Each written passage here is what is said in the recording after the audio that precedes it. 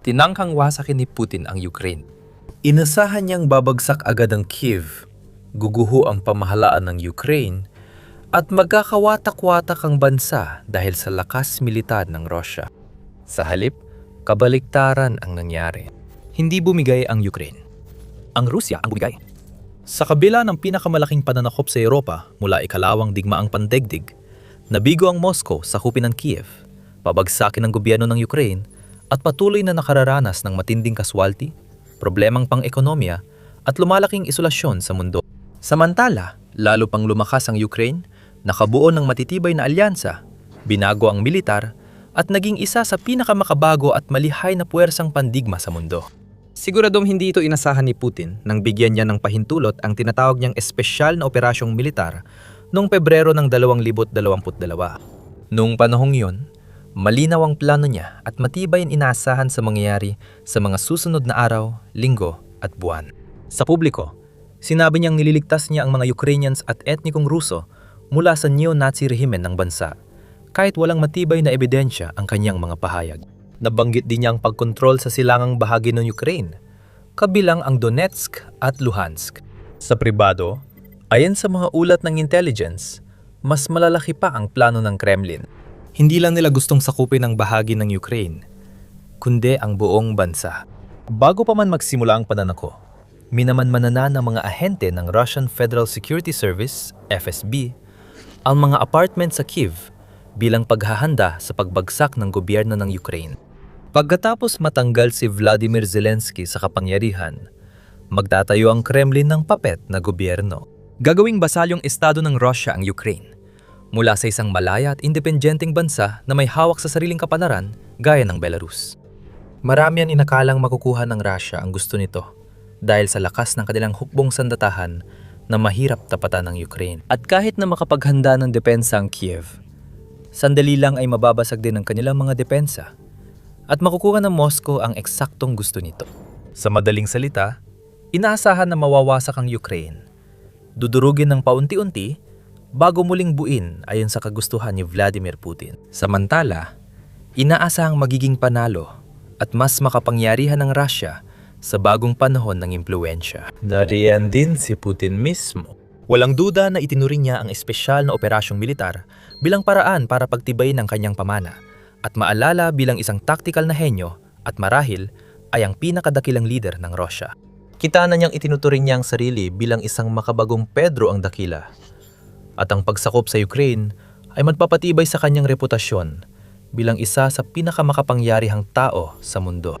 Mula doon, may ebidensya na nagpapahiwatig na maaring may karagdagang plano ang Russia, kung saan ang Kremlin ay posibleng nagbabalak ng karagdagang pananakop sa mga dating republika ng Soviet o kahit isang pag-atake sa NATO na nananatiling isang totoong posibilidad hanggang ngayon. Ngayon, ilang taon matapos magsimula ang pananakop, malinaw na pumalpak ang plano ng Moscow at nagkamali sila ng malaki.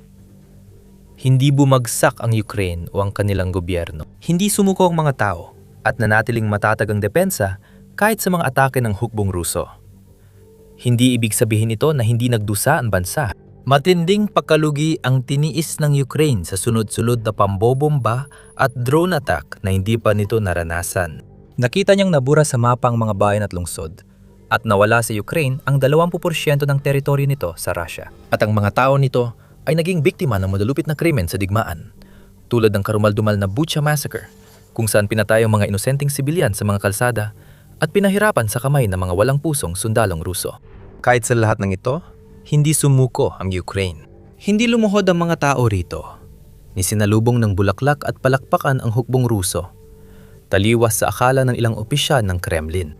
Marami sa kanilang kumuha ng armas, nagkaisa, at ipinagtanggol ang kanilang lupain nang may di masukat na tap ang kanilang lupain. Sa harap ng banta ng posibleng pagpatay ng lahi at tuluyang pagbura sa kanilang kultura, kalayaan at paraan ng pamumuhay, sila ay nag-alsa. Tumanggi silang hayang basta na lang lamunin ng Russia ang kanilang bansa. Inilagay nila sa panganib ang sarili nilang buhay para ipagtanggol ang kanilang bayan. Iniuknay ng maraming eksperto at analista ang kamanghamanghang depensa ng Ukraine sa likas na katatagan ng kanilang mamamayan.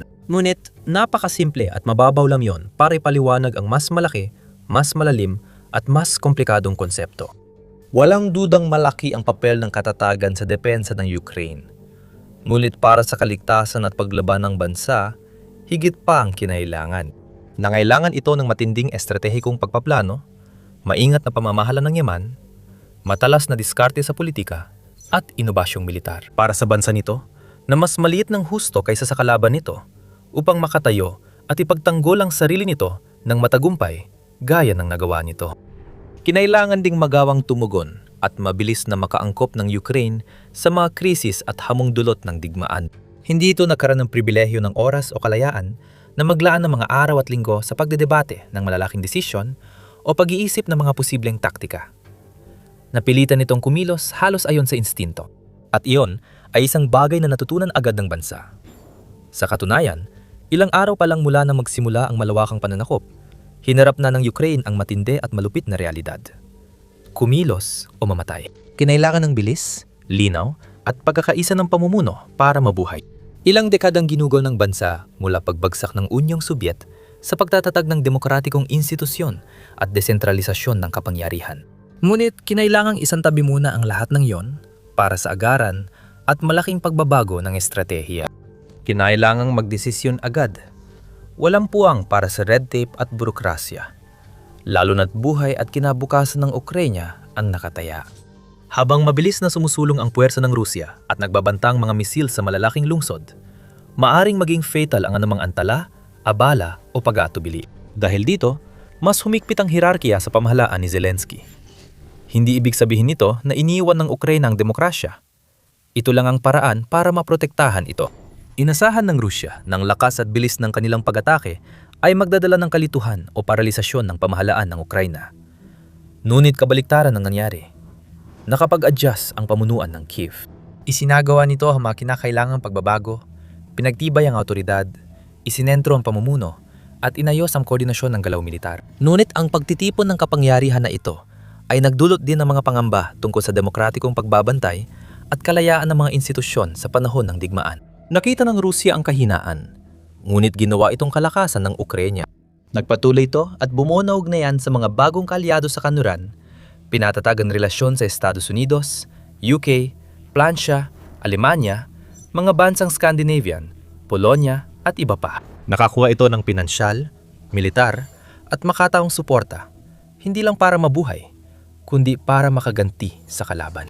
Masigasig din itong nagtrabaho sa pagpapaunlad ng sariling industriya ng pambansang depensa, kung saan 12-12 ng bagong kumpanya ang nagsulputan upang magdisenyo at bumuo ng mga bagong sandata, drone, depensa sa himpapawid at iba pang kagamitan, na marami sa mga ito ay napatunay ang mahalaga at kapaki-pakinabang sa laban para ipagtanggol ang Ukraine at magdulot ng pinsala sa Rusya. Unti-unting binuo ng Ukraine ang pinakamalakas at kinatatakutang puwersang militar sa Europa. Hindi ito dapat naging posible. Walang parehong budget, kakayahan, lakas tao o yaman ang Ukraine gaya ng mga makapangyarihang bansa sa Europa tulad ng Pransya, Alemanya at UK. Pero sa maraming sukatan, nalampasan ng ito ang lahat ng yon, nagtagumpay sa kabila ng mga hamon at binabasag ang mga inaasahan ng paulit-ulit. Ngayon, bago nagsimula ang digmaan, tiyak na hindi itinuturing ang Ukraine bilang isang pangunahing puwersang militar at hindi rin nababanggit ang pangalan nito sa mga usapan tungkol sa pinakamahalaga at pinakamaimpluwensyang mga bansa sa Europa. Ngayon, isa na itong pangunahing puwersa, hindi lang sa larangan ng militar, kundi pati na rin sa pandaigdigang entablado ng geopolitika. Nakakatawa, ito ang matagal ng hinangad ng mga makabayan at nasyonalista sa Ukraine.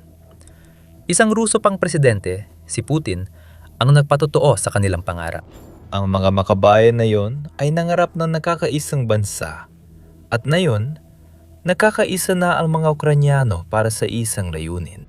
Sinagot din ni Putin ang panalangin yon. Bago ang digmaan, ang mga Ukrainyano, tulad ng iba pang mamamayan sa mundo, ay may sari-saring pananaw tungkol sa pamumuno, relasyon sa Rusya, at posisyon nila sa mundo. Kapag may digmaan, hindi na pwede ang pagiging neutral. Napipilitan ng mga tao pumili ng panig, at pinadali ni Putin ang desisyong ito para sa mga Ukrainyano. Marami sa kanila ang may mga kaibigan at pamilya sa Rusya at ginugol ang malaking bahagi ng kanilang buhay na nakikita ang bansa sa medyo positibong pananaw. Binago ng pananakop ang lahat ng iyon. Biglang naging agresor, mananakop at kaaway ang Rusya. Dahil kay Putin, Ang bansang dating iginagalang o hinahangaan ng maraming Ukrainians ay biglang naging pinakamalaking kaaway nila. Samantala, isinantabi ng mga mamamayang Ukrainian ang kanilang mga pagkakaiba, nagsama-sama bilang magkakapatid sa armas laban sa isang kaaway. At habang lumalakas ang Ukraine, nagsimulang gumuho ang Rusya. Ngayon, nanonood ka ng The Military Show. Kung hindi ka pa subscribed, na yun na ang oras. Pwede namang sumuko ang Ukraine at mapasa ilalim sa Rusya. Hindi nila ginawa yon. At ngayon, mas malakas, mas makapangyarihan, at mas nakaka-inspire ang presensya ng Ukraine sa pandaigdigang entablado kaysa sa anumang punto ng kasaysayan nito. Nakakalungkot, 10,000 mamamayan nito ang nasawi para marating ang puntong ito. Pero patuloy pa rin itong ipinapakita ang parehong katanghian ng tapang, determinasyon, tibay, at kakayahang umangkop na siyang nagtulak sa kamanghamanghang pag-angat nito mula noong 2022. Samantala, kabaliktaran ang tinahak ng Rusya. Bago ang digmaan, kinikilala ang Rusya bilang isa sa pinakamakapangyarihan at nakakatakot na bansa. Lahat ng tao, pati pinakamalalakas na militar, ay nababahala sa posibleng digmaan kontra Rusya. Marami ang takot na kapag inutusan ni Putin ng pag-atake, halos walang bansang makakapigil sa kanila. Inasahan nilang manalasang makapangyarihang makinarya ng digmaan ng Rusya sa Europa, sakupin ang mga teritoryo, at lupigin ang kalaban gamit ang lakas, na may halos walang katapusang supply ng sundalo, tangke, at sasakyang pandigma na mahirap tapatan. Ngunit nabasag ng digmaan laban sa Ukraine ang alamat ng lakas ng Rusya. Ipinakita nito ang kahinaan ng kanilang hukbo, ang kawalan ng kakayahan ng kanilang mga kumander, at ang desperasyon ng kanilang pamunuan. Kahit matindi ang pagkawala ng buhay sa Ukraine, may nagsasabing namatay sila para sa layunin. Samantala, ang Rusya ay nawalan ng mas maraming tao at ayon sa mga pagtataya, nalampasan na ng bansa ang malungkot na bilang na maigit 1.25 milyong kaswalti sa kabuuan. Ilang daang libong sundalo ang napatay sa labanan. At hindi mabilang ang malubang na sugatan na di na makakabalik sa digmaan. Hindi namatay ang mga sundalong yon para sa isang dakilang dahilan. Hindi nila inilagay ang kanilang buhay sa panganib para makamit ng mga puwersa ng Rusya ang malalaking tagumpay, masakop ang mahahalagang bayan at lungsod, at magpatuloy patungo sa isang makasaysayang tagumpay. Ayon sa charts, bahagya lang nadagdagan ang kontroladong lupa ng Rusya sa Ukraine kumpara noong 2022 nang magsimula ang digmaan. Dagdag pa rito, napakabaga ng usad ng puwersa ng bansa, isinugal ang 12 dosena o kahit daan-daang buhay kapalit ng maliit at walang saysay na lupain. Aabuti ng mga dekada ng pagsisikap at di mailarawang pinsala bago nila marating ang layunin na sakupin ng buong bansa. Kahit sa mga lugar na may pinakamaraming tropa at agresyon ng Rusya, nakakahiya pa rin ang bagal ng kanilang pag-usad. Halimbawa, mula Pebrero 2024 hanggang Enero 2026, umabante lang ng halos 50 kilometro ang mga tropang Ruso mula Ovivka hanggang Pokrovsk. Mga 70 metro bawat araw ang bilis nito. Mas mabagal pa kaysa sa Allied Forces sa labanan sa Somme nung unang digmaang pandigdig. Sa kabila ng modernong teknolohiya, taktika at dami ng tao, hindi pa rin nakakamit ng Rusya ang tagumpay na naranasan isang siglo nang nakalipas. Mas mabagal at di gaanong epektibo ang kanilang opensiba sa ibang lugar. Maraming sundalo ang namamatay, ngunit halos walang tagumpay sa lupa. At kahit may mga tagumpay ang Rusya, madalas lang itong nagagawa ang pagsakop. Walang saysay ang mga teritoryong winasak ng artilyera, apoy, drone, bomba at mina, o maliliit na inabandonang pamayanan na puno ng guho, wasak na gamit, at mga sunog at umuusok na labi ng bahay at istruktura. Walang napapalang bansa sa digmaang ito. Pero malaking halaga nitong binabayaran sa 4 na aspekto: kaswalti, ekonomiya, opinyon ng publiko, at reputasyon sa mundo. Suriin natin ito isa-isa, simula sa mga kaswalti. Gaya ng nabanggit, malaki ang pinsala ng Rusya. Lumampas na ito sa iba't ibang mga yugto. Nawala ng 100,000 sundalo, tapos 200,000, 500,000, 1,000,000, at patuloy pang tumataas ang bilang. Para mailagay sa konteksto ang mga pagkaluging yon, ilang ulit na mas marami ang naging kaswalti ng Rusya sa digmaan nito laban sa Ukraine kumpara sa lahat ng iba pang digmaan na sinalihan nito mula nung matapos ang ikalawang digmaang pandigdig.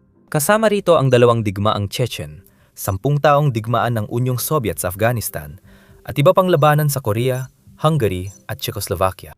Kahit pagsamahin ang lahat ng nasawi at nasugatang sundalong Ruso at Sobyet noon, mas malaki pa rin ang pagkalugi ng hukbo ni Putin ngayon. Sa isang panahon, ang mga pagkaluging yon, kahit na matindi, ay kaya pa ring tiisin sa isang antas. Kahit mawala ng 30,000 sundalo ang Russia kada buwan, napapalitan pa rin nila ito ng kaparehong bilang. Ngayon, nagsisimula na magbagong lahat. Ipinapakita ng mga pinakabagong ulat na nahihirapan na ang Russia na makakuha ng mga tao na kailangan nila para matakpan at mapalitan ang kanilang mga nawalang tauhan. Hindi na lumalaki, kundi lumiit pa ang kanilang hukbo habang nagpapatuloy ang digmaan. Sa ekonomiya naman, nasa debt spiral na ang Russia. Gumastos sila ng napakalaking halaga para sa kanilang military-industrial complex. Nagbuhos ng bilyon-bilyong pondo sa mga recruitment drive, paggawa ng drone, sweldo ng mga sundalo, pagbili ng kagamitan, mga missile, mga proyektong pangkaunlaran at marami pang iba.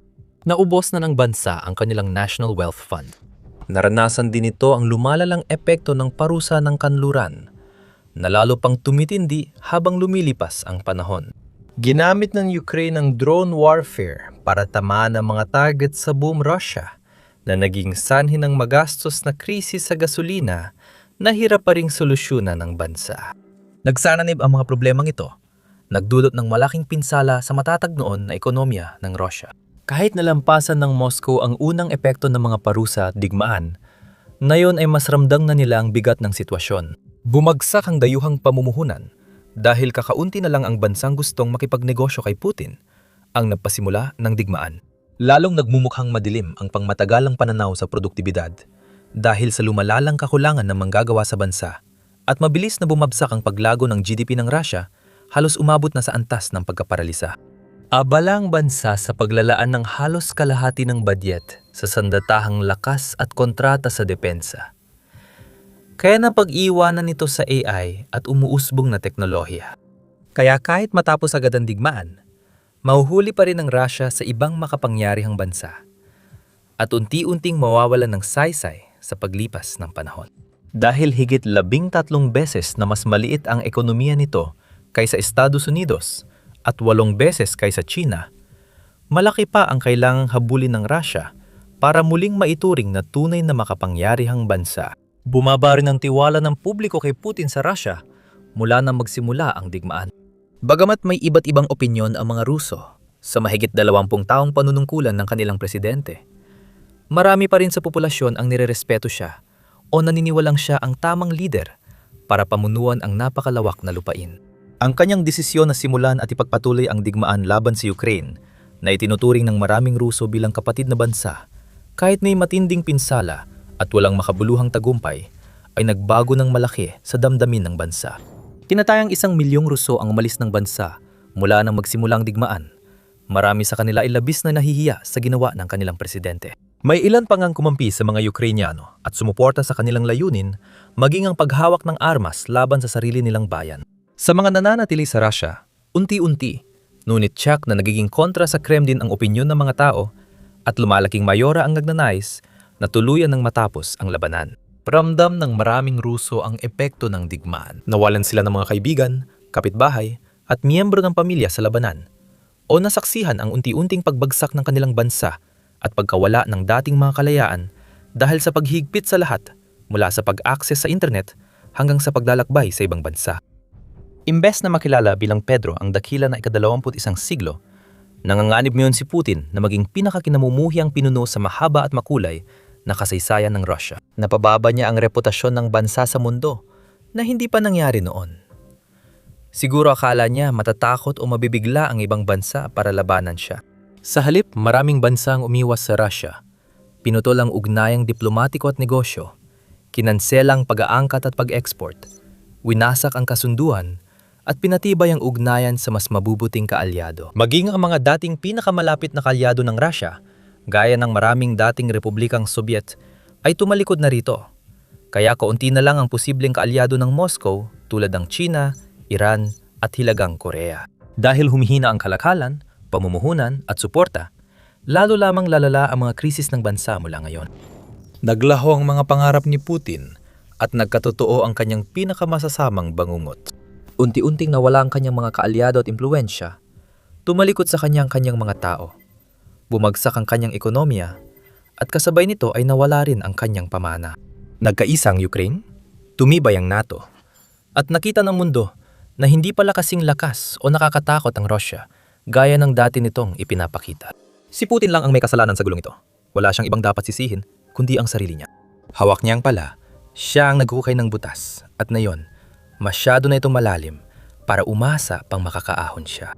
Alamin ang tungkol sa makasaysayang pagkatalo ng Russia sa video na ito na nagpapakita kung paano ipinadala ni Putin ang isang henerasyon ng kalalakihan ng bansa sa kamatayan. Panurin ang paliwanag kung paano naghahanda ang Ukraine para sa malaking kampanya ng de-Russification upang tuluyang palayasin ang kalaban sa kanilang teritoryo. Huwag kalimutang mag-subscribe sa channel para sa higit pang kaalaman at pagsusuri tulad nito.